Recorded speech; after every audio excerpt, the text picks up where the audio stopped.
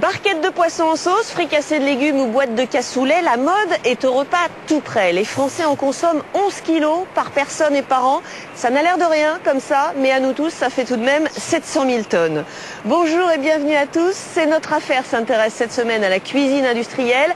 Notre enquête nous emmène à Boulogne-sur-Mer dans les coulisses de la fabrication de produits dont on raffole tant, les poissons surgelés. Nature, panés, en sauce. Nous allons ensemble découvrir tous les secrets et savoir enfin ce que nous mettons dans notre assiette. Au sommaire également, par ici la bonne soupe, là encore un très bon exemple, qu'elle soit en brique, en bouteille ou déshydratée, la soupe est très facile à consommer, mais fait-on vraiment le plein de légumes et de vitamines ? Pas si sûr. Enfin, service après-vente, bonjour, ça c'est dans le meilleur des cas. Dur quand l'électroménager tombe en panne. Nos partenaires de 60 millions de consommateurs ont mené l'enquête. De précieux conseils à la fin de cette émission.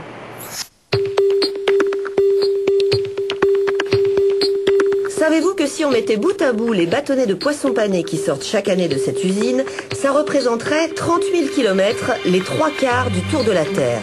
Nous sommes sur le port de Boulogne-sur-Mer. Ici, 200 salariés transforment 15 000 tonnes de poissons par an en bâtonnets pour servir un consommateur en quête de facilité dans sa cuisine. Comment ça marche? C'est Sylvain Bourdon, le directeur de l'usine en personne, qui nous reçoit. Je vais vous emmener voir notre matière première, les blocs de poissons congelés qui arrivent des bateaux-usines, qui ont pêché le poisson et qui nous le revendent sous forme de blocs de poissons congelés de 7,5 kg. Donc ils sont congelés en mer. Ils sont congelés directement, sitôt pêchés, en mer. Et mis en rectangle en mer. Et mis en rectangle comme ça. On se croirait un peu dans une usine de bâtiment, dans une entreprise de bâtiment, avec des gros parpaings de béton. C'est un standard international. Ouais. Les usines en fait, qui transforment le poisson congelé travaillent avec ce standard. Qui facilite l'utilisation par l'usine. En même temps, ça fait un drôle d'effet. On se demande ce qu'il y a dedans. Il y a quoi? Il y a du poisson, il y a de l'eau, il y a de la glace. Il y a absolument que du poisson. En l'occurrence, quel poisson? Là, en l'occurrence, c'est du merlu qui a été pêché en Atlantique, zone nord-est. Alors, comment on fait? On contrôle régulièrement tout au long de la journée ici? On en décongèle? En fait, chaque lot que l'on reçoit est contrôlé par échantillonnage. On met à décongeler les blocs pour s'assurer qu'on a bien la matière première que l'on a achetée et qu'elle a toutes ses caractéristiques en termes de goût, de couleur, de saveur, de texture, etc., etc. Et là, on regarde filet par filet et on s'aperçoit que finalement, ce ne sont que des filets agglomérés entre eux. Absolument. Qu'est-ce qu'on cherche? On cherche aussi des corps étrangers, ça peut arriver? Alors, il peut y avoir des corps étrangers. Maintenant, les bateaux sont équipés notamment de détecteurs de métaux qui permettent de détecter effectivement la présence des corps étrangers métalliques. Ici, vous remarquez qu'en même temps, il y a une inspection visuelle, c'est-à-dire que chaque bloc, en fait, lors du déballage, est inspecté de telle sorte que des anomalies éventuelles puissent être détectées. Alors là, ils partent sur la chaîne. Ouais. Et après, qu'est-ce qu'ils deviennent? Alors, la première étape, c'est le sciage, puisqu'il faut passer d'un bloc de 7,5 kg à des petits bâtonnets de 18 grammes qui seront ensuite enrobés avec un mélange de farine et d'eau et de chapelure pour donner le fameux constibat de 30 grammes à la fin. Juste après le sciage, il y a une étape qui est très importante, qui est la préparation de ce qu'on appelle un batteur mix, qui est en fait un mélange de farine et d'eau qui va permettre à la chapelure d'adhérer au poisson. Si on met la chapelure directement sur le bloc congelé, évidemment, dur, ça marche pas. Donc il y a cette étape d'enrobage.